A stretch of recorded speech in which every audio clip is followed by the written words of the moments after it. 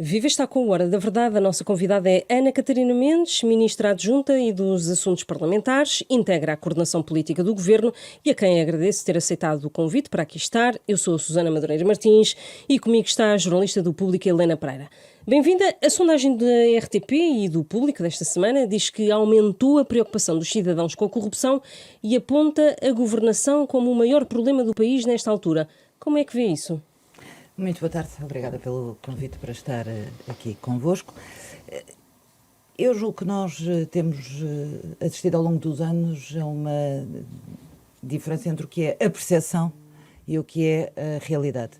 Quando se mediatizam muitos casos e quando esses casos não chegam a conclusões ou a seguir são arquivados, a percepção que está criada é muitas vezes a percepção de que aumenta a corrupção. Eu gosto mais de me centrar naquilo que têm sido os trabalhos ao longo dos anos, sempre que o governo foi socialista.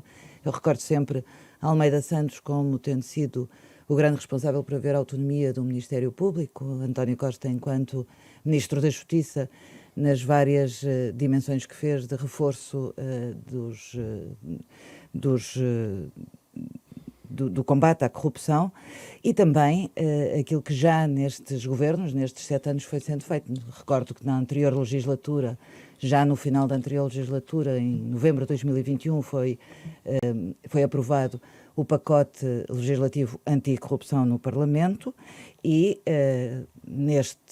já neste orçamento para 2023 foram reforçados os meios, quer da Polícia Judiciária com mais inspectores, quer aquilo que são os instrumentos todos para um combate efetivo à corrupção. Mas houve um membro do governo que saiu recentemente por causa de um problema que envolvia corrupção. Trata-se do ex-secretário de Estado da Defesa, Marco Capitão Ferreira. Até hoje o primeiro-ministro não explicou o que é que aconteceu, por que razão é que ele saiu. Eu pergunto-lhe, enquanto ministra deste governo, se quer aproveitar a oportunidade para explicar aos portugueses o que é que sucedeu e por que razão é que ele saiu do governo e como é que viu essa saída. Aproveito a oportunidade para manter aquilo que sempre tenho dito ao longo dos tempos. Eu não comento os casos em concreto. Esse caso em concreto Mas eu não estou a pedir que fale sobre o caso da Justiça, que nós nem sabemos o secretário ao de pormenor Estado, o que Marco é. Capitão Ferreira, perante aquilo que foi tornado público, decidiu assumir a sua responsabilidade política e demitir-se do governo. Eu não tenho mais nada a acrescentar sobre isso. Não lhe foi pedido que se demitisse, não houve, mas não lhe foi pedido que se demitisse. Ponto 1. Que eu saiba. E foi um alívio para o governo que se tivesse demitido. Eu não gosto de ver as coisas assim. Eu acho que perante aquilo que estava em causa, a pessoa em causa, Marco Capitão Ferreira, assumiu a sua responsabilidade. E a sua responsabilidade foi demitir-se. A saída de Capitão Ferreira surge por causa de uma acusação de corrupção. Isto não é grave, sendo um membro do governo? Eu volto a dizer, eu não vou comentar aquilo que são casos que eu conheço pelas notícias, que tiveram a sua consequência política, e é só nessa dimensão que eu julgo que devo tratar o assunto, na dimensão política de quem se demitiu, assumindo a responsabilidade perante o que estava em causa. Mas é algo que causa desconforto, nitidamente, ao governo? A reação do Primeiro-Ministro também foi um pouco espelho disso? Não foi. Não foi. Eu acho que nós temos que colocar as coisas onde elas devem ser colocadas. Marco Capitão Ferreira teve uma busca em casa, foi dito pelos jornais do que se sabe que estaria a ser alvo de uma investigação sobre corrupção e decidiu, em nome daquilo que deve ser a responsabilidade do governo, a integridade do governo, sair e politicamente já não há mais nada para decidir sobre este assunto aqui. O que há para tratar agora é ao nível da Justiça e é aí que deve ser tratado. Portanto, aquilo que eu acho que é abusivo do meu ponto de vista é achar que o governo ao longo destes 8 anos e em particular também no último ano e meio nada tem feito no combate à corrupção. Eu isso confesso que tenho muita dificuldade das duas. Uma, nós não queremos avaliar aquilo que tem sido feito, desde logo o pacote o pacote anticorrupção, um mecanismo nacional anticorrupção que foi criado em 2022, os reforços que foram dados à Polícia Judiciária, desde logo Só já nesta legislatura foram admitidos 417 inspectores e prevê-se que até ao final da legislatura haja mais 1.100 inspectores na Polícia Judiciária, dotar as instituições da Justiça dos meios para que possam fazer as suas investigações, e julgo que um Estado de Direito que preze a separação de poderes, que preze as instituições, deve assumir a cada momento as suas responsabilidades. Quando elas são políticas, são responsabilidades políticas. Quando são as investigações de justiça, a justiça deve fazer o seu trabalho. O que lhe ia perguntar é se considera normal que um secretário de Estado, um membro do governo, saia destas condições do governo e durante 2 semanas, vai fazer agora 2 semanas, não tenha havido uma explicação por parte de ninguém do governo sobre uma saída de uma pessoa envolvida neste tipo de questões. Isso é normal, esse silêncio? Eu julgo, nós podemos continuar o resto desta conversa sobre esse assunto. O que eu acho é que o sinal que foi dado foi a responsabilidade política de quem, perante o que dizem os factos e o que é público e que é do conhecimento público, foi assumir uma responsabilidade política. Essa responsabilidade política está assumida. Eu não posso pronunciar-me sobre mais o que está, que é do desconhecimento de qualquer cidadão. António Costa mandou calar ontem uma jornalista, na terça-feira, numa conferência de imprensa. Deu um bom exemplo, o António Costa, o Primeiro-Ministro, não respondendo a uma pergunta, ou nem querendo ouvir a pergunta da jornalista. O Dr. António Costa terá feito a sua avaliação? Não tenho mais a dizer, não sei. Aqui há pouco tempo, nessa cadeira, entrevistámos a Adalberto Campo Fernandes e que dizia que este governo de maioria absoluta age com demasiada confiança do é assim porque assim é que eu quero. O ex-deputado do PS, Ascenso Simões, falava há pouco tempo também do abano-cabecismo no PS. O PS está a sucumbir e o governo aos vícios da maioria absoluta? Eu fico espantada com essa pergunta por uma razão. Ao final de 1 ano e meio, é bom nós tentarmos perceber, se calhar, de onde é que nós partimos. Nós partimos de janeiro de 2022, depois de uma crise política que nós não provocámos, a dizer aos portugueses ao que vínhamos, ou seja, aquele orçamento de Estado que tinha sido chumbado era aquele orçamento de Estado que nós íamos voltar a apresentar. Os portugueses confiaram no Partido Socialista para ter uma maioria absoluta. E António Costa prometeu aquilo que tem estado a cumprir, que é respeitar escrupulosamente o mandato que lhe foi dado pelos portugueses. O escolher uma maioria absoluta depende muito do exercício dessa maioria absoluta. Eu não vejo no exercício desta maioria absoluta nenhum momento em que se possa dizer que nós nos divorciamos das pessoas, que nós não ouvimos as pessoas, que nós não ouvimos os vários setores da sociedade. E dou 2 exemplos muito simples sobre isso. Em primeiro lugar, o acordo de rendimentos que foi alcançado em sede de concertação social para fazer face àquilo que é a dificuldade da vida das pessoas, depois de estarmos há 500 dias com uma guerra que determinou um aumento de custo de vida fruto da inflação. Se nós olharmos para os bons resultados que hoje temos, podemos dizer que, felizmente, a inflação está a baixar e, felizmente, o Governo tomou um conjunto de medidas para mitigar aquilo que seriam os efeitos dos aumentos de custo de vida. Fosse no apoio ao rendimento das pessoas através do aumento intercalado dos funcionários públicos, dos aumentos dos salários, fosse no apoio às famílias mais vulneráveis, fosse no apoio ao abono de família das crianças, fosse na limitação do aumento das rendas de casa até 2%, ou mesmo no apoio a 200 euros por mês, no apoio à renda para fazer face ao aumento das rendas, ou seja, das medidas que tomamos nos juros ao crédito à habitação, fosse na descida dos preços dos bens energéticos, fosse o gás, a eletricidade ou os combustíveis. Quer dizer, são coisas que estamos a fazer,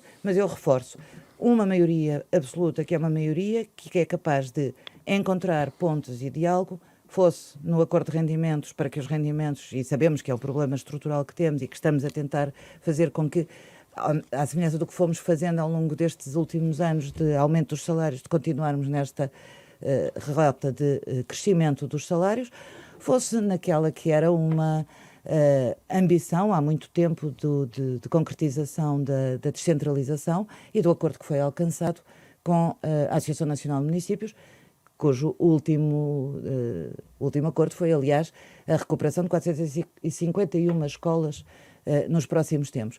E por isso, no Parlamento, se nós olharmos para o Parlamento e para aquilo que tem sido a vida parlamentar, da quantidade de vezes, nós estamos a falar de 185 vezes do Governo em plenário, 132 vezes em comissões, sempre a prestar contas aos cidadãos.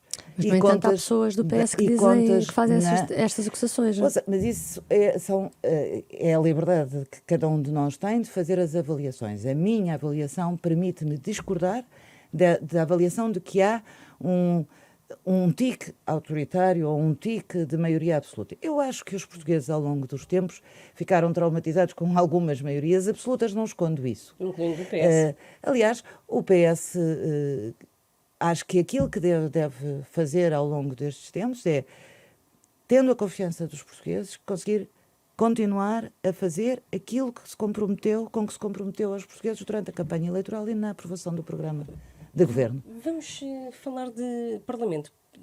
Como Ministra Adjunta dos Assuntos Parlamentares, também como Augusto Santos Silva, o Presidente da Assembleia da República, acha que a Procuradora-Geral da República deve dar explicações ao Parlamento ou publicamente sobre um modo como o Ministério Público aborda um processo como o que está a envolver um ex-líder partidário, Rui Rio, e sedes do Partido Social Democrata? Eu julgo que num Estado de Direito como é o Estado de Direito, como é o nosso Estado de Direito, aquilo que é preciso é que todos prestem contas daquilo que são os seus poderes e as suas atitudes. Volto a referir que eu não gosto de comentar casos concretos, e portanto acho que cada um de nós tem as nossas responsabilidades. Mas isso significa que gostava que a Procuradora pudesse ir à Assembleia falar sobre os vários assuntos da Justiça? Como lhe digo, julgo que num Estado de Direito todos temos as nossas responsabilidades e todos devemos ser claros naquilo que fazemos da forma como E acha bem contas. também que agora se o PS e o PSD alterem a lei do financiamento partidário por causa deste caso? Eu sobre isso devo vestir a minha pele de quem foi secretária-geral adjunta, líder parlamentar do Partido Socialista, líder parlamentar. Eu não vejo, mas é a minha interpretação, não vejo nenhuma zona cinzenta na lei. Acho que a lei é clara, quer a lei do financiamento dos partidos no seu artigo 5º, quer a lei do funcionamento da Assembleia da República, no que diz respeito aos grupos parlamentares, às subvenções. Isso quer dizer que o PS sempre teve pessoas, assessores 46. Pagos pelo grupo parlamentar que estão no Largo do Rato. Isso quer dizer que, ao longo dos anos, aquilo que está na lei, que foi cumprido e que eu não vejo nenhuma ilegalidade na lei. Mas o líder parlamentar do Partido Eu Socialista... julgo que se quiserem continuar a falarmos de casos concretos, continuaremos. Eu gostaria de dizer sobre isto, não acho necessidade de alterar uma lei, mas digo o seguinte: se há quem tenha dúvidas, e quem tem dúvidas, e poder para fazer essa iniciativa... O Ministério Público tem dúvidas. E quem tem dúvidas e que pode ter essa iniciativa legislativa é o Parlamento. Se o Parlamento tem dúvidas, pois que deve clarificar. A minha leitura é uma leitura de quem não vê uma zona cinzenta na aplicação da lei. Deixa-me só pegar nesta questão sobre Lucília Gago. Eu creio que no próximo ano a Procuradora-Geral da República termina o seu mandato. Vê como governante e como dirigente do Partido Socialista que o mandato de Lucília Gago não seja renovado, tal como aconteceu com Joana Marques Vidal, dando assim um sinal político também? Vejo que a cada momento as coisas se avaliam no momento próprio, e se avaliará com quem tem que o fazer. Como sabe, não me compete a mim fazer nenhuma declaração sobre isso. Mas eu pensei, quando Lucília Gago foi nomeada, que tinha havido que tinha havido o início de um precedente para só haver um mandato de Procurador-Geral da República. Que o PS tinha esse entendimento, percebi mal. E o Presidente da República E o Presidente também. Eu julgo que a cada momento deve ser avaliado. Não é este o momento, no momento certo esse será avaliado por quem tem que avaliar. Vamos então falar do Estado da Nação.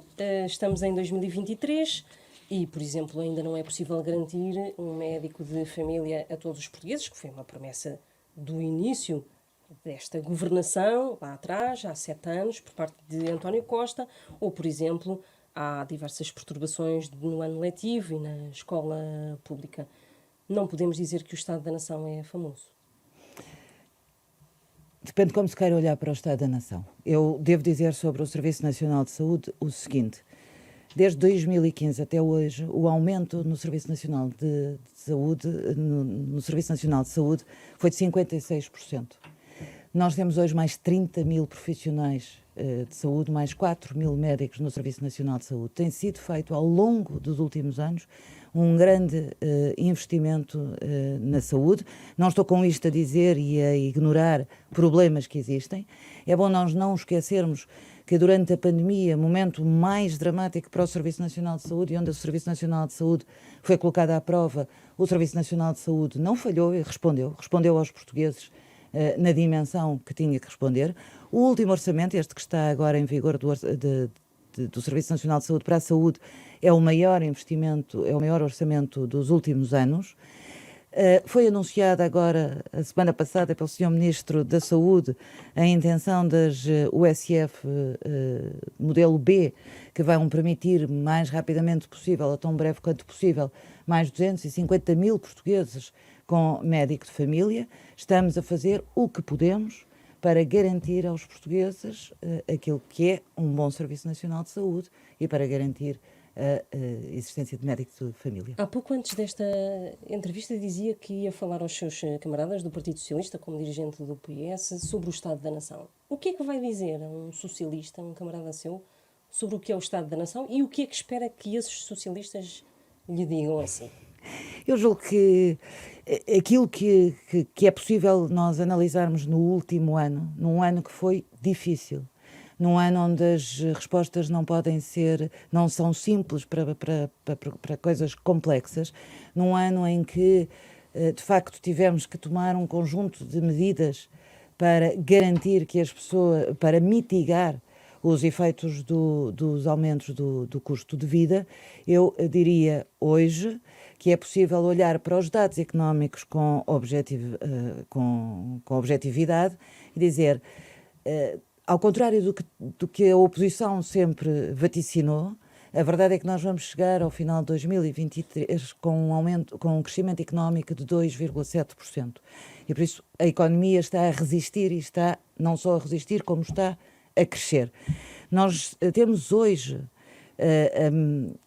a taxa de desemprego em mínimos históricos dos últimos 20 anos, o que é também assinalável depois de termos passado por uma pandemia, depois de termos passado este ano com a inflação. Temos um emprego em máximos com cerca de 4,9 milhões de pessoas empregadas. Quer dizer, nós temos hoje os salários que, para além do salário mínimo que foi aumentando ao longo destes anos e que aumentou 50%, temos um aumento do salário médio desde 2015 na ordem dos 26%. Portanto, fomos respondendo aos rendimentos das pessoas. No entanto, as pessoas continuam a viver com mais dificuldades por causa da inflação e a sondagem da RTP e do Público mostra isso. Os dados que citou são verdadeiros, mas isso não elude outra questão, que é as dificuldades que as pessoas têm para pagar a habitação e os bens alimentares. Helena, é verdade, eu não estou a negar os problemas, mas eu gostava que nós olhássemos para essa sondagem também com 3 pontos de vista. O primeiro é que as pessoas acham que estão pior, e se olharmos e se compararmos a mesma sondagem de fevereiro, são menos os portugueses que acham que estão pior. Em segundo lugar, os portugueses percebem, porque há uma minoria que diz, que atribui a responsabilidade ao governo, mas percebem o contexto internacional em que nós estamos e as dificuldades em que nós estamos. E em terceiro lugar, há um dado que eu acho que é muito relevante, que são mais os portugueses que consideram que os seus rendimentos estão melhor do que os portugueses que consideram que estão menor. E eu aqui devo dizer, e vamos ao Estado da Nação e aos factos e aos números concretos. Estaríamos todos muito pior se tivéssemos cortado os salários, se tivéssemos estagnado a nossa economia. E daquilo que nós estamos a falar hoje é que aumentámos os salários. Eu volto a dizer, fizemos um aumento intercalar dos nossos funcionários públicos. Aumentámos as pensões, não só ao longo destes anos, como fizemos o aumento extraordinário em outubro de 2022, voltámos a aumentar em janeiro, voltámos a aumentar. Mas a verdade é que esse aumento de salários foi consumido pela inflação também, não é? Aquilo que eu estou a dizer é, aumentámos as prestações sociais ao nível da inflação, por exemplo. Aumentámos as pensões ao nível da inflação.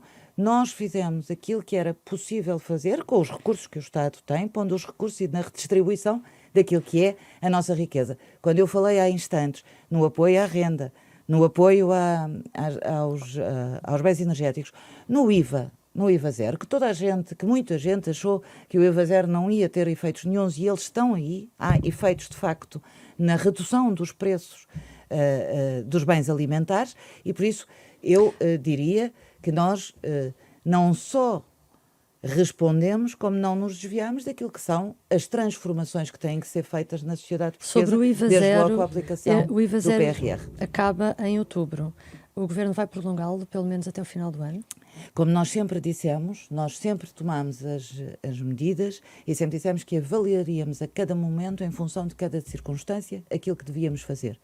Nós, neste momento, estamos a falar de uma inflação que está nos 3,4%, coisa que, quando foi determinado o IVA, não estava, como sabe. E, por isso, a boa governação faz também com uma boa avaliação. Ainda não há nenhuma decisão sobre isso, com uma boa avaliação sobre aquilo que é o momento em que as coisas devem ser revistas. Admite que o Governo cometeu erros neste início de legislatura, que consegue identificar um erro em concreto perante as oposições que criticam tanto o Governo? Consegue... Eu julgo que... Quer dizer, eu sou muito realista. Se olhasse para trás... Há episódios que eu julgo que eram evitáveis e que podiam ter sido... Há episódios que todos nós sabemos, não vamos aqui estar a escalpelizar. Eu não vou fazer Gostava de saber quais é que eu não destacava. vou fazer o mesmo que a oposição faz, porque das duas uma, eu quero falar dos Estados da Nação ou eu quero falar de episódios que infelizmente ocorreram, tiveram as suas consequências políticas e temos que fazer. E temos que continuar o caminho. Agora, é evidente que lamento que eles tenham acontecido, mas isso não nos pode desviar, e sobretudo não pode desviar o debate político daquilo que são os problemas das pessoas e as soluções que temos para as pessoas. E desse ponto de vista, do Estado da Nação, eu acho que apesar de um ano difícil também com esses casos, é um ano em que nós podemos dizer aos portugueses, sim, estivemos aqui, continuaremos a estar para continuar a resolver os problemas das pessoas. O problema da habitação, que é um problema muito complicado, que está de resto a ser aprovado neste momento o pacote Mais Habitação na Assembleia da República, para que tenhamos um impulso nas políticas públicas de habitação, porque sabemos que esse é um problema que nós ao qual nós temos que responder, seja aos mais jovens, à classe média, aos mais vulneráveis, e por isso num esforço que o Estado, com as autarquias, tem mesmo que fazer para garantir condições de habitabilidade às pessoas. Gostava de ouvi-la agora sobre a Jornada Mundial da Juventude, até porque o Bloco de Esquerda acaba de denunciar uma situação de despejos de pessoas em situação vulnerável e também de alguns estudantes, de casas ou quartos alugados, inclusive pela Santa Casa da Misericórdia de Lisboa. Estamos a falar de Lisboa. O que eu lhe pergunto é se, a propósito da jornada, por causa da Jornada Mundial da Juventude, o que eu lhe perguntava é se tem conhecimento desta situação e se o seu Ministério e a sua tutela, que tutela a jornada, se chegou a algum tipo de denúncias neste sentido. Eu sempre que vejo essas notícias tento perceber se tenho as denúncias e tenho muita atenção àquilo que chega ao gabinete, não tenho nenhuma denúncia. Isso foi feito no âmbito da Assembleia Municipal de Lisboa, foram pedidos esclarecimentos a Lisboa. Isso não tem a ver, quer dizer, nós podemos construir casos. Eu, sobre a Jornada Mundial da Juventude, não tenho nenhum relato sobre isso. Antes, pelo contrário, tenho o relato daquilo que tem sido o trabalho da Comissão de Acompanhamento em todas as dimensões que temos que fazer e, desde logo, as questões da habitação, que são questões da responsabilidade da organização da Igreja e, por isso, com 7.000 e muitas famílias de acolhimento para receber os peregrinos. Há vários profissionais. E espero que essa situação, se for verdadeira, espero que, se essa situação for verdadeira, que alguém atue como tem que atuar. Quem? O Governo, por exemplo, ou a Câmara de Lisboa? Do que me foi dito, isto é a Câmara de Lisboa. Mas eu não sei... Não... Porque o Bloco está a pedir explicações ao Governo e de que maneira é que vai atuar? Não, porque também não recebi nenhuma pergunta, nenhum requerimento. Para o Ministério do Trabalho e de Segurança Social. Pronto. Mas do que sei, foi colocado no âmbito da Assembleia Municipal. Perguntava-lhe também, ainda no âmbito da Jornada Mundial da Juventude, há vários profissionais do setor público a prometerem greves para essa altura, para essa primeira semana de agosto, durante a jornada. O Governo, em último recurso, pondera avançar não só para serviços mínimos, mas também para a requisição civil. É uma coisa que pode estar em cima da mesa para que nada falhe. O que lhe posso dizer é que estamos a fazer tudo para que nada falhe. As greves estão anunciadas, é um direito que temos que respeitar e devemos respeitar. Eu penso que até lá muitas das questões que estão em cima da mesa vão ser ultrapassadas e, portanto, espero estar otimista para que tudo corra bem. Ou seja, a requisição civil pode não ser necessária ou é uma situação de último recurso? É uma situação de último recurso, sempre avaliar-se a cada momento. Apresentou há dias não está em cima da mesa neste momento. Apresentou há dias o plano de segurança. Houve uma coisa que as várias entidades que estiveram na conferência de imprensa não explicaram, que era a PSP disse que vai haver ajuda de polícia de Espanha, França e Itália. Ficamos sem perceber quantos agentes é que estrangeiros virão reforçar as nossas polícias. Eu apresentei o plano de segurança. Como sabe, quem apresentou os pormenores do plano de segurança tiveram a oportunidade também já de entrevistar. Foi o senhor secretário-geral do SSI, do Serviço de Segurança Interna. É verdade que tem havido uma estreita cooperação e articulação com as polícias de outros países. Para já mobilizados nacionais estão 20.000 agentes. Por isso é que era importante perceber quantos é que vinham de fora. Por isso é que os próprios serviços de segurança estão em conversações com os seus colegas, será reforçado, ainda não têm o número fechado. Gostava de passar para o seu futuro político. Se falar um pouco sobre a sua própria, o seu próprio futuro político, porque se tem falado muito no seu nome para uma eventual candidatura como cabeça de lista às eleições europeias. Gostava de saber qual é que é a abertura que tem em relação a isso, se isso é verdade, se é especulação, o que é que... Eu estou muito habituada ao longo dos anos, em cada uma das funções que tenho, alguém sempre lançar uma para o futuro. Eu, a cada momento, assumo os desafios que tenho em mãos, concentro-me nesses desafios e é nisso que estou concentrada. E tenho, aliás, para mim, que a pasta que tenho, com várias dimensões que tenho em mãos, é muito exigente, desde logo as questões da igualdade, e de continuarmos a cumprir as questões da igualdade, a juventude, o desporto, mas as migrações são hoje um grande desafio, ao nível também europeu. Como sabes, está a ser discutida a política de asilo e migrações também na Europa, e é nisso que devo estar concentrada, é nas funções que tenho como Ministra Adjunta e dos Assuntos Parlamentares. Se António Costa um dia a desafiar para isso, pensará no assunto. Lá está. Eu devo dizer que eu preferia que me perguntasse se eu estou a fazer o que estou a fazer e se estou contente a fazer. Estou concentradíssima e empenhada em dar resposta nas dimensões que o país tem, nas preocupações, na equipa governo e naquilo que são as áreas em particular. A verdade é que depois isso é lido como que não tira essa carta de cima da mesa e que não é um não taxativo, não é? O que eu lhe posso dizer é que essa questão não está em cima da mesa no dia de hoje. O que está em cima da mesa no dia de hoje é que eu exerça as funções para as quais António Costa me convidou há 1 ano e meio e que eu faça o trabalho que tenho para fazer. É nisso que estou concentrada ao dia 2. Se tudo correr normalmente nesta legislatura, ou seja, se não houver eleições antecipadas, intercalares, António Costa pode voltar a ser o nome do Partido Socialista para as legislativas de 2026, ou já será isso para outro líder do Partido Socialista? António Costa será o que quiser enquanto quiser e enquanto for líder do Partido Socialista. Então podemos pensar no António Costa, se não for para um cargo em Bruxelas, como tanto se fala, poderá ser ele ainda Bom, como tanto se fala, mas que António Costa já explicou, é que há uma coisa que eu acho que é muito importante nós todos percebermos.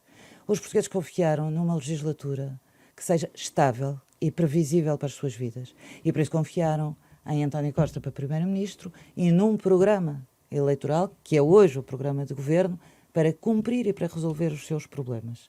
E por isso António Costa já disse que está aqui para cumprir o mandato. Ele disse que não quererá pôr em causa a estabilidade. É um bocadinho diferente. E eu julgo que devemos olhar para o Estado da nação também nessa perspectiva. Na perspectiva de uma estabilidade a 4 anos.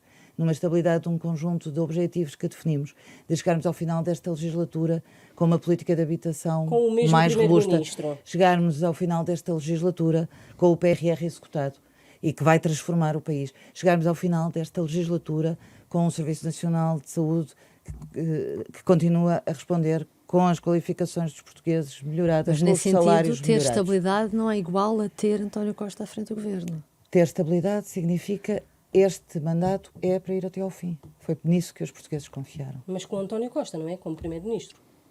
Foi quem foi eleito. O regresso de Pedro Nuno Santos ao Parlamento é fator de instabilidade para o governo do Partido Socialista? Ou é mais um grão na engrenagem? Mais um caso? O Pedro Nuno Santos é um quadro do Partido Socialista. Teve um desempenho no governo bastante bom, quer nos assuntos parlamentares, quer depois nas infraestruturas. Fará o seu lugar de deputado, como não podia deixar de ser, com a responsabilidade que tem. Ainda queria colocar-lhe uma pergunta ainda sobre o governo, porque muitos camaradas seus, inclusive o presidente do Partido Socialista, fala ou pede uma remodelação, um refrescamento deste elenco do governo. Também acha que a prazo isso podia acontecer, uma afinação aqui ou ali? O que não está em cima da mesa, o que eu acho que deve acontecer mesmo, é nós continuarmos a responder, eu volto a dizer isto, continuarmos a responder aos problemas das pessoas, não estarmos sempre a discutir a espuma dos dias, mas o problema, nós temos situação internacional que nos convoca para maior exigência, maior responsabilidade, estabilidade, previsibilidade, para responder às perguntas, para responder aos problemas das pessoas. Desse ponto de vista, aquilo que se esperava no debate parlamentar e que se esperava ao final deste ano, era um debate parlamentar onde houvesse construção de alternativas e não aquilo que nós temos visto ao nível da oposição, que é a falta de propostas políticas para que pede, o país. Por exemplo, a demissão do Ministro das Infraestruturas, João Galamba. Mas eu acho que, lá está, o que era verdadeiramente importante é que a oposição, mais do que todos os dias pedir a demissão de um membro do governo, é que olhe para o país e diga quais são as soluções que tem para responder às dificuldades dos portugueses. E desse ponto de vista, o debate tem sido frágil no Parlamento, o debate político tem sido muito frágil, porque entre um PSD e uma iniciativa liberal que se sentem em disputa permanente, à direita o que nós temos é a disputa permanente do PSD e da iniciativa liberal com o Chega, para ver quem pede mais demissões, quem grita mais, ao invés de terem propostas concretas. Isso é que eu acho que fragiliza o debate político. Na verdade, não é só a oposição, as oposições. O Presidente da República também pediu, taxativamente, uma demissão em particular. Eu julgo que esse caso está ultrapassado. Está encerrado. está ultrapassado. O Presidente da República convocou para esta sexta-feira um Conselho de Estado. Esse Conselho de Estado foi anunciado em maio, precisamente quando estava assim no auge a crise João Galamba, e dizendo que ia ser um momento para avaliar e fazer um balanço do Estado da Nação. O que é que espera desse Conselho de Estado? Uma reflexão sobre isso mesmo, sobre o Estado da Nação, baseado em factos, em dados que hoje permitem concluir, como disse há instantes, que as escolhas políticas que fomos fazendo ao longo destes tempos são escolhas que têm hoje reflexos positivos na nossa economia, positivos na vida das pessoas, positivos na transformação do país. Acha que o Presidente está satisfeito com o Estado da Nação? Tenho que lhe perguntar. Eu julgo que... Eu pergunto-lhe isto porque eles têm feito algumas críticas na área da educação, da saúde e, portanto, há alguma expectativa sobre o que ele dirá. Do exercício das suas funções, de questionar algumas coisas. Faz parte da vida democrática e, sobretudo, faz parte da democracia que haja divergências, que haja diferença de opiniões, mas, sobretudo, que haja respeito institucional, que eu acho que existe. Tem havido sempre? Acho que existe entre os órgãos de soberania e isso é muito importante. E Marcelo Rebelo de Sousa não tem exagerado na pressão sobre o governo? Eu volto a dizer, acho que aquilo que são as relações institucionais são relações que estão equilibradas e de respeito pelas funções... E as relações pessoais estão preservadas? Pelas funções de cada um, julgo que sim. As pessoais? Terá que perguntar a quem quer perguntar, não comigo. Não acredita, portanto, que o Conselho de Estado de sexta-feira sirva de alguma maneira para um ajuste de contas por parte do Presidente da República? Nem devia olhar para isso. O Conselho de Estado é um órgão de consulta, de discussão com o Presidente da República. Mas a forma como o Presidente anunciou este Conselho de Estado foi diferente de qualquer outra reunião do Conselho de Estado. É nisso que devemos estar concentrados. Eu olho para isso com imensa naturalidade, com o exercício das funções de cada um e com um Conselho de Estado que avaliará o Estado da Nação. Devo, aliás, dizer que uma das tónicas que tem sido sempre falada também pelo Sr. Presidente da República tem a ver com o combate à pobreza. E desse ponto de vista, se nós olharmos para os dados hoje daquilo que tem sido o combate à pobreza, por exemplo, quando temos menos 280 mil crianças em situação de pobreza ou quando temos menos 660 mil pessoas em situação de pobreza, significa também que no combate às desigualdades, o Governo tem estado a trabalhar e tem feito tomado um conjunto de medidas que permitam que as pessoas vivam melhor. É para isso que estamos a governar e é nisso que estamos concentrados nesta legislatura. Está assim terminado este Hora da Verdade. A nossa convidada foi Ana Catarina Mendes, Ministra Adjunta e dos Assuntos Parlamentares, também dirigente do Partido Socialista. Este programa regressa em setembro. Até lá.